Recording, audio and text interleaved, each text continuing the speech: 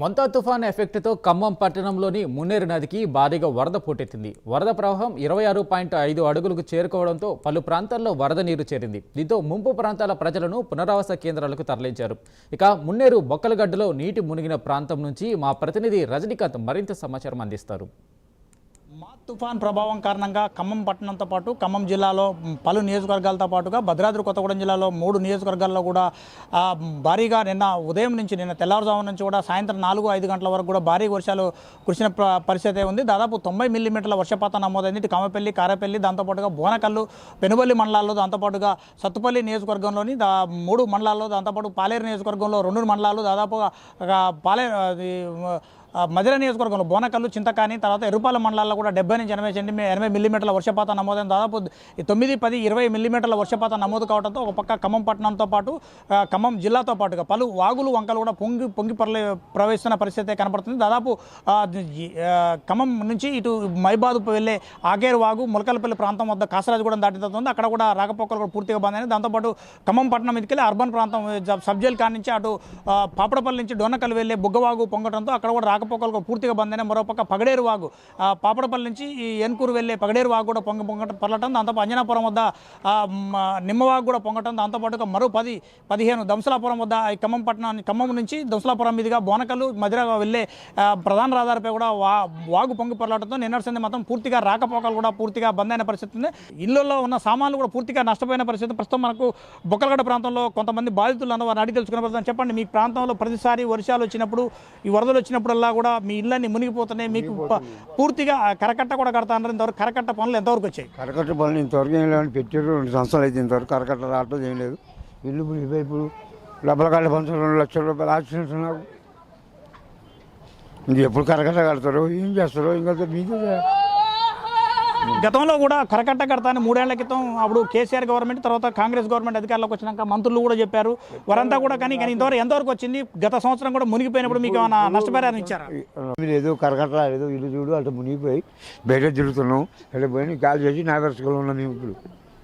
సరే, మన బాధితులు ఉన్నారు సంబంధించి బొక్కలగడ్డ ప్రాంతంలో వీరి ఇల్లు కూడా పూర్తిగా మునిగిపోయింది. గత 3 సంవత్సరాల నుంచి మునిగిపోతున్నామా? మీకు ప్రతి సంవత్సరం వర్షాలు వస్తున్నాయి. వర్షాలు వచ్చిన సందర్భంలో మీ ఇల్లు మునిగిపోవడం, మీకు తాత్కాలిక ఉపశమనం, పునరావాస కేంద్రాలు తీసుకుపోవడం, కొద్దిగా డబ్బులు ఇవ్వడం, పంపించడం జరుగుతుంది. మీకు కరకట్ట కడుతుంటున్నారు. కరకట్ట పనులు ఎంతవరకు వచ్చి అసలు మీకు పరిహారం ఏమైనా ఇస్తున్నారా? అసలు ఏంటి పరిస్థితి? కరకట్ట రాని వైపు కడితే ఉంది, వచ్చిన వైపు కట్టాలి, కానీ రాని వైపు కడుతున్నారు. మరి కరకట్ట మాకు ముందు కడితే మాకు ఇంత వరద రాకపోవు. వచ్చినా కూడా మేము ఇప్పుడు సామాన్లు చదువుకొని పోవాలన్నా ఇబ్బంది అవుతుంది. మాకు వాటర్ బాగా వస్తున్నాయి ఇప్పటికీ. మరోపక్క సంబంధించింది కూడా మున్నేరుతో పాటుగా దంసలాపురం కాలనీ, ప్రకాష్ నగర్ కాలనీలో, దాంతోపాటుగా పంపింగల్ రోడ్డు పెద్దమ్మ తల్లి గుడి ప్రాంతం కూడా నీళ్లు కూడా ఇళ్లలో నీరు చేరడంతో మాత్రం అక్కడి నుంచి పునరావాస కేంద్రాలు తరలించారు. రావణపేట కాలనీలో దాదాపు రూరల్ ప్రాంతం రావణపేట కాలనీ, సబ్జైల్ కాలనీలో కూడా పూర్తిగా నీళ్లు కూడా ఇళ్లలోకి వస్తుండటంతో మాత్రం అక్కడి నుంచి కూడా పునరావాస కేంద్రాలు రావణపేట కాలనీలో 2 పునరావాస కేంద్రాలు ఏర్పరిచారు. మరోపక్క ఖమ్మం రూరల్ ప్రాంతం, ఇటు జలగన్ నగర్ ప్రాంతం కావచ్చు, ఇటు పెత్తండ ప్రాంతంలో, దాంతోపాటు సాయిప్రభాత్ నగర్ కాలనీ, సాయిప్రభాత్ నగర్ కాలనీ ఉంటుంది. సాయిప్రభాత్ నగర్ కాలనీ కూడా పూర్తిగా రూరల్ వైపు మున్నేరుకి ఆనుకొని ఉంటుంది.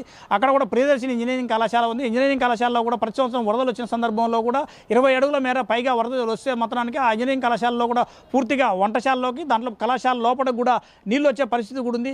కొంతమంది బాధితులు కూడా ఇప్పటికే దాదాపు పునరావాస కేంద్రాలు ఖమ్మంపట్నంలోని న్యాయబజార్ కళాశాల, దాంతోపాటు స్వర్ణభారతి కళ్యాణ మండపం, ఉమెన్స్ కళాశాల, తర్వాత మరో 2 కేంద్రాలు పునరావాస కేంద్రాలు ఏర్పాటు చేశారు. ఖమ్మం రూరల్లో కూడా జలగన్ నగర్ స్కూల్లో కూడా ఏర్పాటు చేశారు. పెద్ద తండాలో కూడా మరో 2 పునరావాస కేంద్రాలు ఏర్పాటు చేశారు. దంసలాపురం కాలనీలో, టీచర్స్ కాలనీలో, దంసలాపురం కాలనీలో కూడా మరో 2 స్కూళ్ళల్లో కూడా పునరావాస కేంద్రాలు కూడా ఏర్పాటు చేసిన పరిస్థితి అయితే నెలకొంది. దాదాపు ఇప్పటికే 26.5 అడుగుల మేర వరద ప్రవాహం కొనసాగుతుంది. మరో 6 అడుగు కనుక పెరిగితే మాత్రం 3వ ప్రమాద హెచ్చరిక జారీ అయ్యే అవకాశాలు ఉంది. ఒక పక్క ఇప్పుడే కొంత వర్షం కూడా శాంతించడం, ఈరోజు ఉదయం నుంచి కూడా వరంగల్తో పాటుగా మహబూబాద్ జిల్లా, దాంతోపాటు ఖమ్మం జిల్లాలో కూడా వర్షం లేకపోవడంతో ప్రజలు కూడా కొంత ఊపిరి పీల్చుకుంటున్న పరిస్థితి ఏర్పడుతుంది.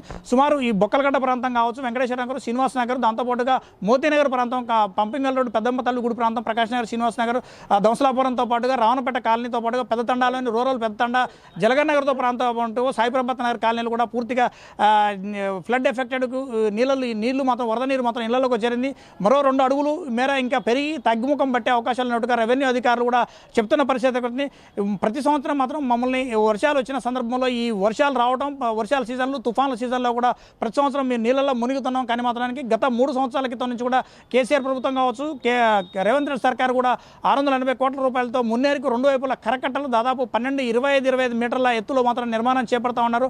కొన్ని చోట్ల అక్కడక్కడ 20 మీటర్లు 200 మీటర్లు మాత్రం కట్టారు. కానీ మున్నేరు టౌన్లో మాత్రానికి ప్రజలు నివసించే పరివాహక ప్రాంతాల్లో మాత్రం నిర్మాణాలు చేపట్టకపోవడం వల్ల ఈసారి మూడోసారి కూడా ఇలా ముంపుకు గురి కావడం వచ్చింది. దాదాపు ప్రతి సంవత్సరం కూడా ఇంట్లో ఉన్న ఫర్నిచరు, ఇంట్లో తిండి బండారాలతో సహా ఇంట్లో పరుపులు, దాంట్లో తినడానికి సంబంధించిన వస్తువులు కూడా పూర్తిగా మునిగిపోతున్నాయి. మొత్తం కూడా ఇబ్బందులకు గురవుతున్నాం. తాము శాశ్వత పరిష్కారం చూపెట్టాలని ఖమ్మం పట్టణ త్రిటౌన్ ప్రాంత వాసులు కూడా, మున్నేరు పరివాహక ప్రాంత ముంపు ప్రాంత వాసులు కూడా కోరుతున్న పరిస్థితి. ఇది ఖమ్మం జిల్లా తాజా పరిస్థితి. శంకర్తో రజనీకాంత్, మున్నేరు ముంపు ప్రాంతం నుంచి.